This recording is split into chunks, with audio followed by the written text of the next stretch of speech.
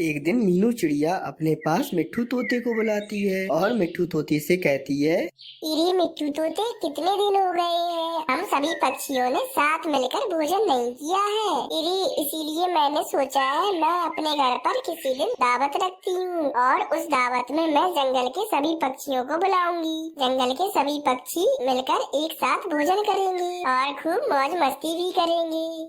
अरे वाह मीनू चिड़िया, उपाय तो बहुत बढ़िया है तुम्हारा। चलो अपने घर पर तुम दावत रख लो सभी पक्षियों की। मैं तुम्हारा पूरा साथ दूंगा। मैं तुम्हें भोजन ढूंढने में मदद करूंगा और तुम्हारी और भी मदद करूंगा। इरे मिट्ठू तोते, इसकी तुम्हें कोई भी जरूरत नहीं है। बस तुम्हें सिर्फ एक काम करना है। तुम जाओ और जाकर जंगल के सभी पक्षियों को दावत का आमंत्रण दे दो।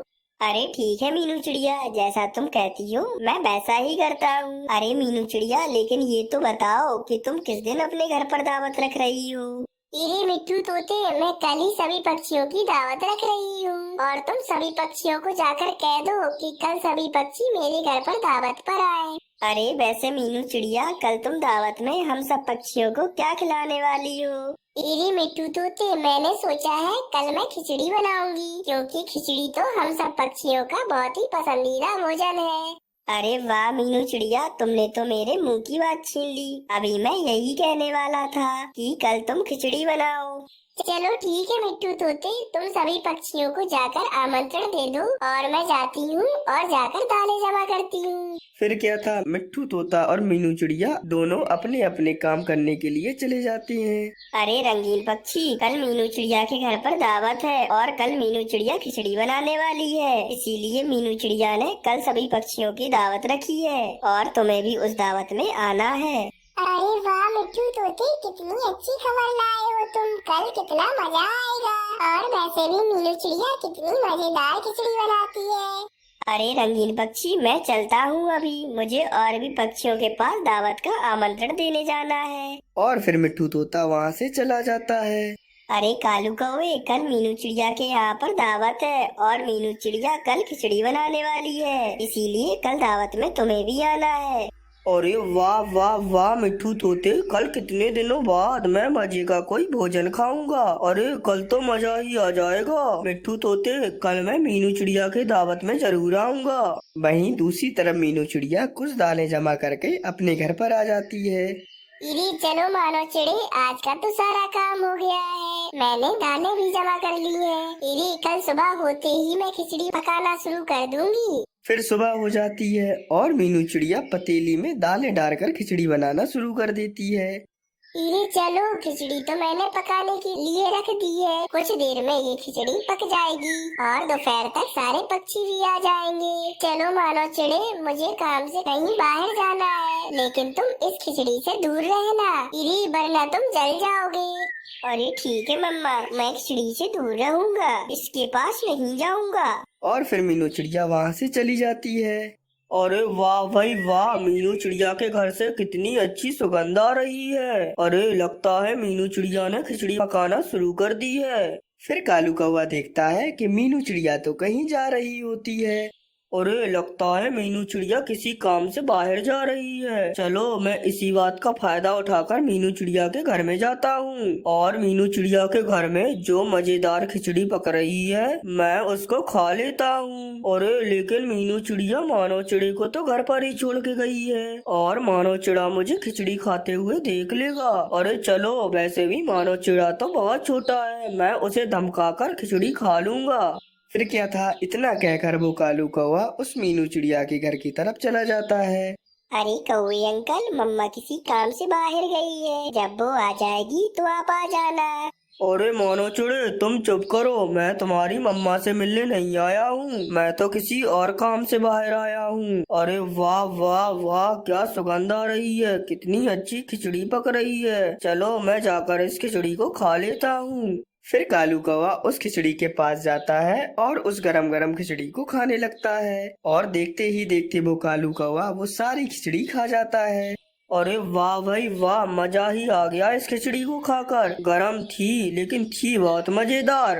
अरे कौवे अंकल, ये आपने क्या किया? आपने सारी खिचड़ी खा ली। अब जब मम्मा आएगी तो मैं उनको बता दूंगा कि कौवे अंकल आए थे और उन्होंने सारी खिचड़ी खा ली।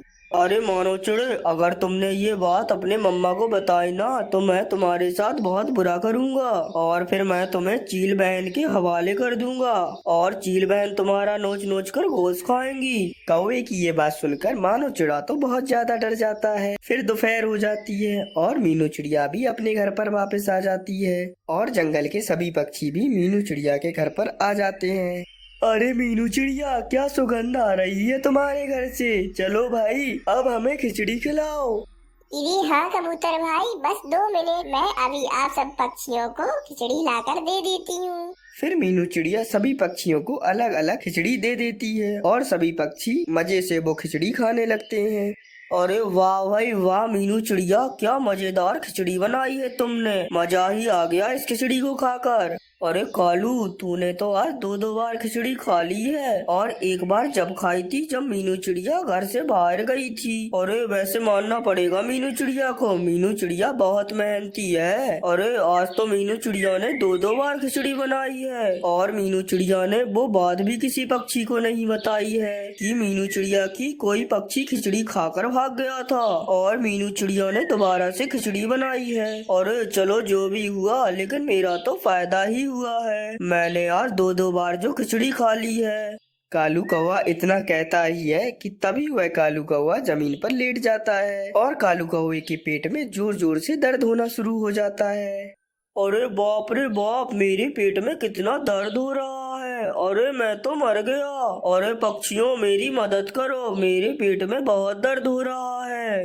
अरे मीनू चिड़िया, ये कालू कौवे के पेट में अचानक दर्द कैसे शुरू हो गया है? इरी मिट्टू तोते, मैं बताती हूँ तुम्हें कि कालू कौवे के पेट में दर्द क्यों हो रहा है। इरी, मैंने कालू कौवे के खिचड़ी में पेट दर्द की दवा मिला दी थी और अब इस कालू कौवे ने वो खिचड़ी खा ली है। उसी खिचड़ी के खाने की वजह से कालू कौवे के पेट में दर्द हो रहा है। अरे मीनू चिड़िया, तुमने मेरी खिचड़ी में पेट दर्द की दवा क्यों मिलाई थी? अरे आखिर मैंने तुम्हारा क्या बिगाड़ा है? इरे पक्षियों, सुबह ही सुबह मैंने खिचड़ी पकाने को चढ़ा दी थी और उसके बाद मैं किसी काम से बाहर चली गई थी। मेरे बाहर जाते ही ये कालू कौवा मेरे घर पर आ गया और इस कालू कौवे ने मेरी सारी खिचड़ी खा ली। इस कालू कौवे ने मेरे मानव चिड़े को धमकी भी दी थी कि अगर मानव चिड़े ने ये बात मुझे बताई तो वह मानव चिड़े के साथ अच्छा नहीं करेगा। अरे मीनू चिड़िया, अगर कालू कौवे ने सारी खिचड़ी खा ली थी तो वो खिचड़ी जो तुमने अभी हमें खिलाई, वो खिचड़ी कहाँ से आई थी? इरी मिट्टू तोते, ये जो खिचड़ी मैंने आप लोगों को खिलाई है, ये तो मैंने दोबारा से बनाई थी। अरे पर मीनू चिड़िया, तुम्हें ये बात कैसे पता चली कि कालू कौवे ने तुम्हारी खिचड़ी खाई है? इरी कबूतर भैया, जब मैं घर पर वापस आई तो मैंने देखा कि मेरी सारी खिचड़ी तो कोई खा चुका है। फिर मैंने सोचा कि मेरा मानव चिड़ा तो अभी बहुत छोटा है, वो इतनी सारी खिचड़ी नहीं खा सकता है, तो फिर मेरी खिचड़ी आखिर खाई तो किसने खाई। लेकिन फिर मैंने सामने अचानक देखा कि उस खिचड़ी के पास इस कालू कौवे का बाल पड़ा हुआ था। इस कालू कौवे का बाल देखकर मैं समझ गई थी कि ये सारी खिचड़ी इस कालू कौवे ने ही खाई है। उसी वक्त इस कालू कौवे को सबक सिखाने का फैसला मैंने कर लिया था और फिर मैंने इस कालू कौवे की खिचड़ी में वो पेट दर्द की दवा मिला ली। अरे मीनू चिड़िया, मुझे माफ कर दो, मेरे पेट में बहुत दर्द हो रहा है। अरे जल्दी से किसी वैद्य जी को बुलाओ और मेरा इलाज करवाओ। सभी पक्षियों और मीनू चिड़िया, मुझे माफ कर दो, मैं आगे से ऐसा नहीं करूँगा।